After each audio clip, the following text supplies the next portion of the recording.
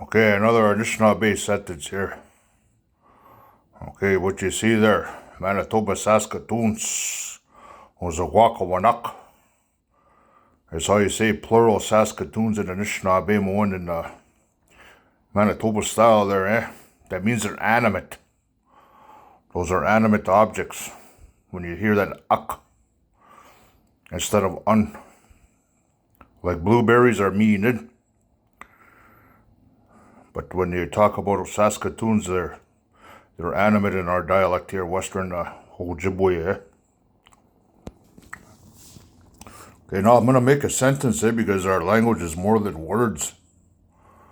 And you have to know the inflections of the grammar to make sentences if you're a second learner like I am.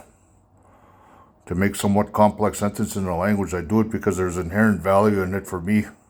I don't need to always follow 7 teachings and be concerned with 7 generations or whatever phony baloney new age niche stuff people are doing nowadays. The language itself is good enough for me, yeah. That's why I keep trying to learn it every day. So I'm going to make a sentence now. Ni-gichi-minopwaag ozigwaakominag. Nisine nijiikendam. Amwagwaa ozigwaakominag. Okay, that's that first part there. Ni-gichi-minopwaag.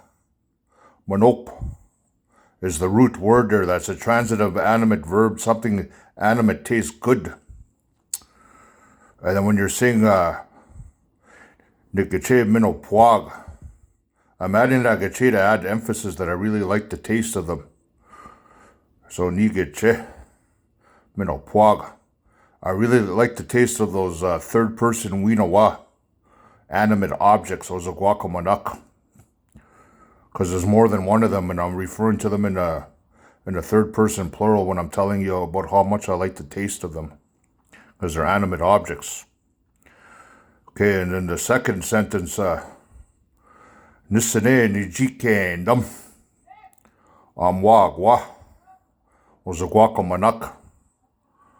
Always remembering our sentences are usually inverted from English, eh? So I'm saying when I eat Saskatoon berries, I'm always happy. But nijiikendam has more of an emphasis to it, inherent in it, rather than minway-endam, to be happy. Nijiikendam is more of a feeling of elation. It's more of a stronger word. So if you use that word, you're really telling the listener how much you really how you really feel when you're eating the Saskatoon berries. You're adding emphasis just by using that word instead of minway-endam. So those in amwagwaa.